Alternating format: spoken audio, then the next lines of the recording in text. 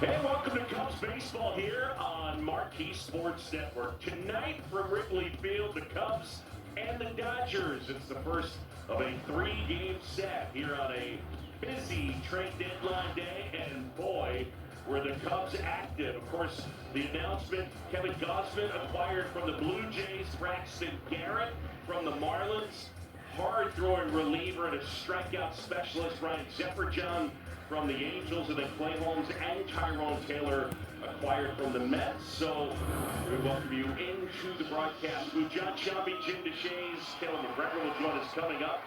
What you think?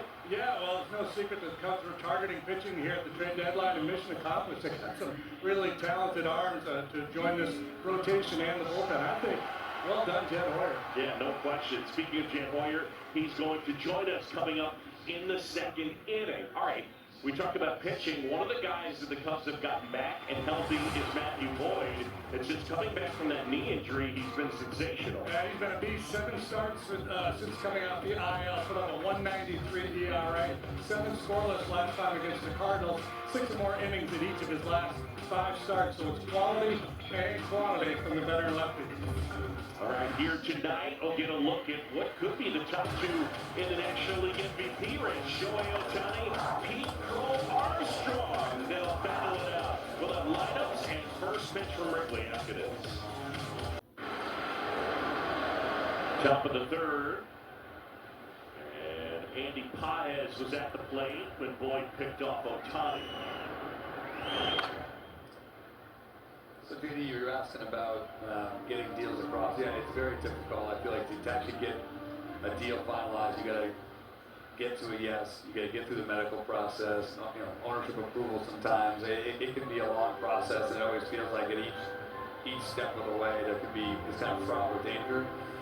I always say the biggest thing is, you know, you just don't know who likes what players. You might think you got a great proposal, and they say, I don't like those 2 guys, and then they'll send 2 guys to you that you like less than the 2 guys you sent. And I mean, it really is, you know, in the eye of the beholder. And I think that's the fascinating thing with all these deals is that teams have different evaluations of guys. It would be boring if it wasn't that way, but it makes deal making really fascinating. Has that shifted, though? I feel like more and more teams view things fairly similarly. Has it shifted more in the last 10, 15 years that you more frequently are aligned to that stuff, or still no, there are outliers? Even with everyone having models, you still have, you know, pretty big gaps in evaluation. So I think it was far greater 20 years ago. That you would have a lot bigger gaps. But even now, even with analytics what they are, we still have pretty big gaps in that. Okay. What are some of the things that surprised you in the macro at the trade deadline? It was a very strange year. The American League was very bunched up, and there was just so many teams around 500, and some were buying and some were selling.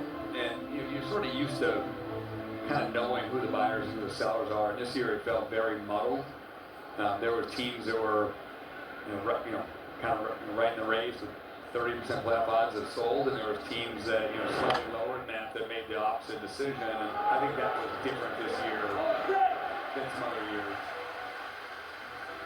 Not to let right of this whole thing, but do you think that the potential work stoppage impacted the market at all?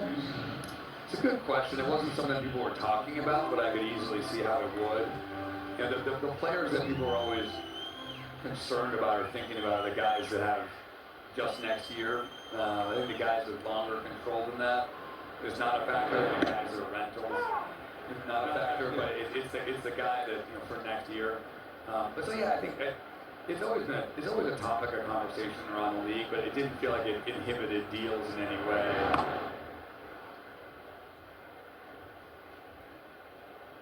Cubs lead at 4-3. First big league homer for Kevin Alcantara.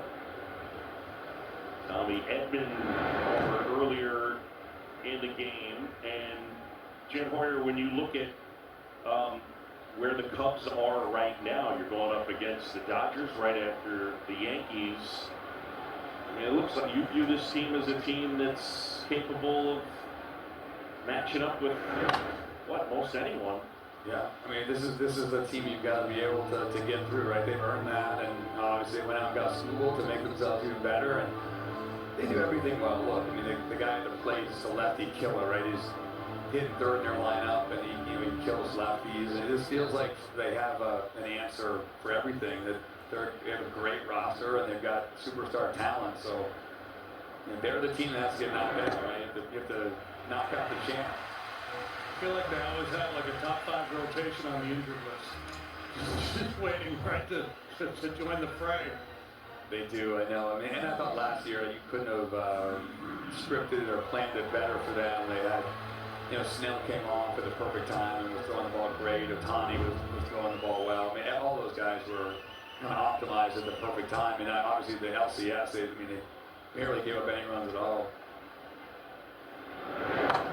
On the ground to the right side, Horner collects, throws to first, and Boyd gets him 1, 2, 3.